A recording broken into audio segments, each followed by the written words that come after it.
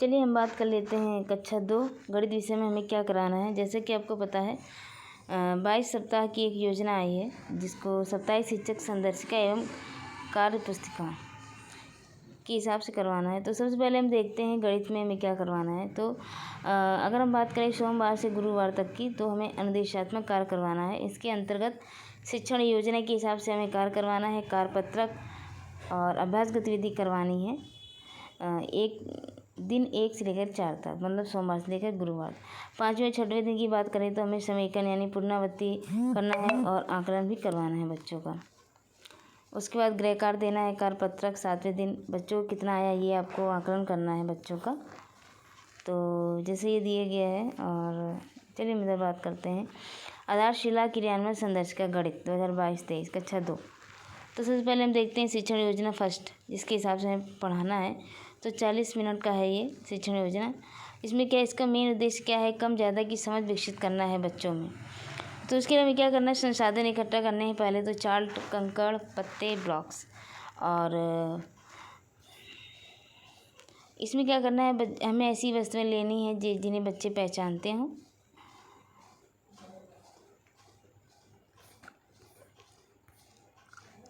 चलिए देखते हैं परिचय। सबसे पहले परिचय है मैं करूं।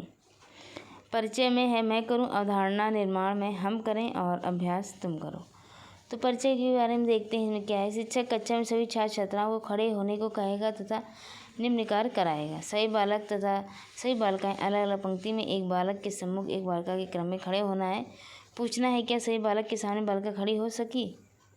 प्रक्रिया को कुछ इस उदाहरण के दौरान मेज पर कुछ कंकड़ और कुछ पत्तों के ढेर रखते हैं। प्रत्येक कंकड़ को अलग अलग पत्ते के ऊपर बच्चों से रखने को कहें। पूछे क्या सभी पत्तों पर कंकड़ रखे जा सके। पत्तों और कंकड़ों में कौन ज़्यादा और कौन कम है, इस तरीके से।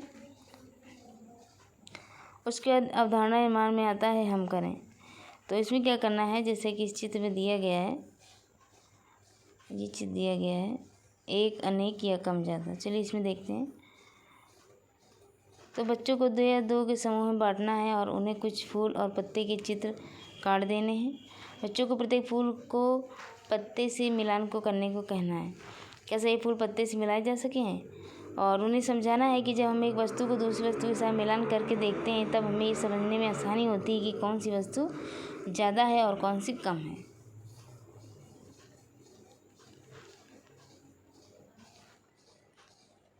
शिक्षक के लिए इसमें बिंदु दिए गए हैं कि नए शब्द कम और ज़्यादा को दोहराना है बार बार। अब शिक्षक कक्षा में लगे कम ज़्यादा चार्ट से चर्चा कर सकते हैं। जैसे कि ऊपर आपकी क्लासों में काफ़ी चार्ट लगे होंगे जिसमें कम और ज़्यादा की अवधारणा को समझाया गया होगा, तो उस चार्ट के माध्यम से भी आप बच्चों को समझा सकते हैं। किस तरफ पुस्तक की संख्या ज़्यादा है उस तरफ उंगली रख सकते हैं। इस तरीके से आप बच्चों को समझा सकते हैं। और अभ्यास की बात करते हैं। एक ही रंग के 5 ब्लॉक एक हाथ में और दूसरे हाथ में 3 ब्लॉक। इनमें ऊपर कम ज़्यादा के सवाल बच्चों से पूछें। तुमने कैसे पता किया किस हाथ में ज़्यादा ब्लॉक्स हैं। क्या तुम्हारे दोस्त ने जो जवाब दिया सही है। एक ऐसी चीज़ का नाम बताओ जो आज तुमने कक्षा में सीखी। और इस तरीके से उसके बाद कार्य पुस्तिका, कार्यपत्रक सप्ताह फर्स्ट। उसके बाद पृष्ठ संख्या 13 दिया गया है इसमें। और शिक्षण योजना को दोहराना है।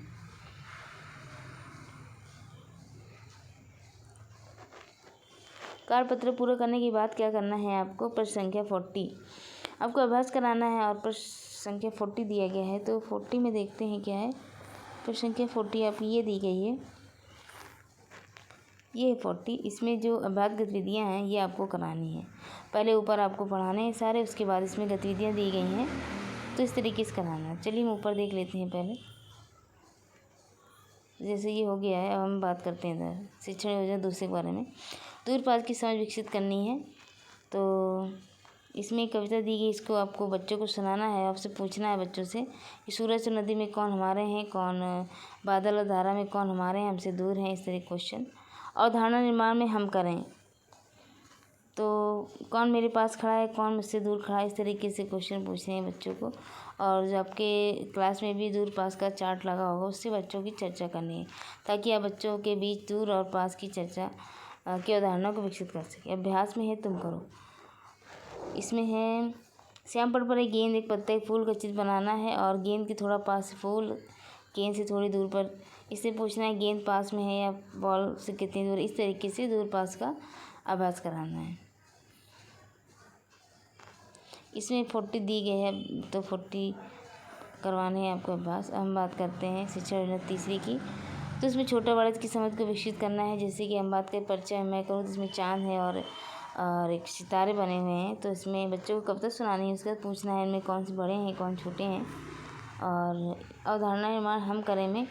इसमें एक मेज़ पर बड़ी गेंद है, बच्ची है और छोटी गेंद है। इसमें से पूछना है कि छोटी गेंद किसने उठाई है, बड़ी गेंद किसने उठाई है, इस तरीके से या बच्चों से करवा सकते हैं क्लास में। अभ्यास तुमको शिक्षक सैंपल पर फूल फल सब्जी बनाएगा और उनसे पूछना है कि कौन सब्जी बड़ी है कौन सी छोटी है, और इस तरीके से पूछना है। उसके बाद हम करते हैं 40। तो जैसा कि ये दिया गया है पेज नंबर 40, इसमें से ये अभ्यास गतिविधि है जो कि आपको करानी है। तो सबसे पहले हम देखते हैं कि बच्चों को जो हमने कम और ज़्यादा की समझ विकसित करी थी बच्चों में पूरी तरह से विकसित हो पाई है कि नहीं। तो जैसा कि इसमें दिया गया है, कक्षा में बच्चों को 2-2 समूह विकसित में बांट देंगे। उसके बाद बच्चे समूह में 2 ढेरी देंगे, जिसमें एक कंकड़ और एक अनाज की। बच्चों से पूछेंगे किस ढेरी में सामग्री कम है, किस ढेरी में सामग्री ज़्यादा है। तो इस तरीके से बच्चे बता सकते हैं। और चार्ट के किस गुलदस्ते में ज़्यादा फूल हैं, चार्ट के किल तरफ कम गुब्बारे हैं, इस तरीके से चार्ट में जिस तरीके से चित्र बने होंगे उसी हिसाब से आपको क्वेश्चन पूछने पड़ेंगे। अब हम बात करते हैं अभ्यास गतिविधि 2 की, जो कि 40 मिनट करवानी है आपको। इसमें दूर पास की समझ विकसित करनी है। तो जैसे ये दिया गया है, तो इसमें भी आपको चार्ट में कौन सी बच्ची घड़े के पास है या कौन सी बच्ची सेब से दूर है, इस तरह चार्ट के हिसाब से आपको क्वेश्चन पूछने हैं। और फिर तीसरा जो अभ्यास है गतिविधि, उसमें छोटा बड़े की समझ विकसित करनी है। तो आप चाहे तो ब्लैक बोर्ड पर चित्र बना सकते हैं या तो अगर आपके पास चार्ट है तो ये और भी अच्छी बात है। इस तरह के क्वेश्चन पूछ सकते हैं, क्या तुम एक छोटे और बड़े फूल को चित्र बना सकते हो। तो ये अभ्यास पहले आपको ऊपर करानी सारी एक्टिविटी, उसके बाद ये अभ्यास गतिविधि करानी है। अब हम बात करते हैं समेकन गति, जो कि अभी चौथे और 5वें दिन करानी है। तो इसमें क्या करना है, कम और ज़्यादा की समझ बना पाए बच्चे, ये देखना है। और दूर पास की समझ, छोटा बड़ा की समझ बच्चों को देखना है कि बच्चे बना पाएँ कि नहीं। तो जैसे कि इसमें दिया गया है सब कुछ, तो हम देख लेते हैं प्रक्रिया फर्स्ट में क्या करना है। सारे बच्चों को एक जगह बैठने को कहना है, 2 बाल्टी रखनी है, उससे 2 फीट में कुछ गेंदें रखनी है। दूरी ऐसी होनी चाहिए कि बच्चे जब गेंद बाल्टी में फेंके तो बाल्टी के अंदर आसानी से जा सके। 2 बच्चों को बोलिए गेंद के पास आकर खड़े हों। बच्चों को दूर से गेंद फेंकना है और बाल्टी में गेंद डालने की कोशिश करना है।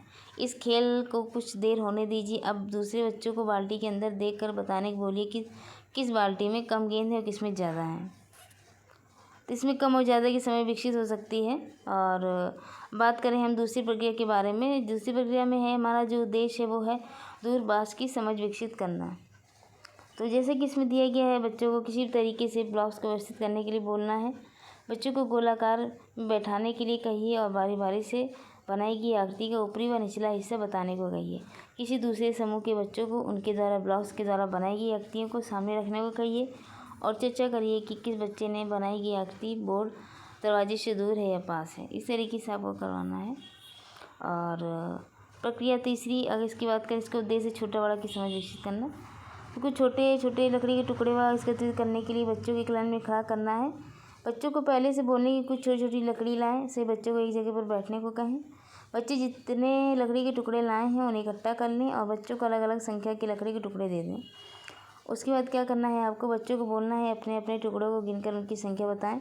अब बच्चों को बोलिए अपनी लकड़ी की संख्या के हिसाब से छोटे से बड़े एक लाइन में खड़े हो जाएं। अब देखिए बच्चे ठीक लाइन में खड़े हुए हैं या नहीं, इस तरीके से।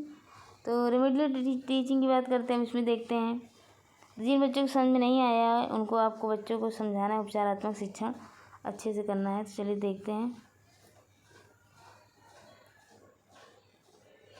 इस विचार के माध्यम से बच्चों से क्वेश्चन कर लेते हैं। जैसे प्रक्रिया फर्स्ट में दिया गया है, जैसे कक्षा में लड़कों की संख्या ज़्यादा है या नहीं, कक्षा में सबसे लंबा कौन है, सैंपल के सबसे पास कौन है। तो इससे ये तीनों टाइप्स की जो अवधारणा है वो क्लियर हो जाएंगी बच्चों में। उसके बाद प्रक्रिया 2 भी करवानी है। तो ये हो गए तीनों की कक्षा 2 के लिए। तो चलिए देखते हैं।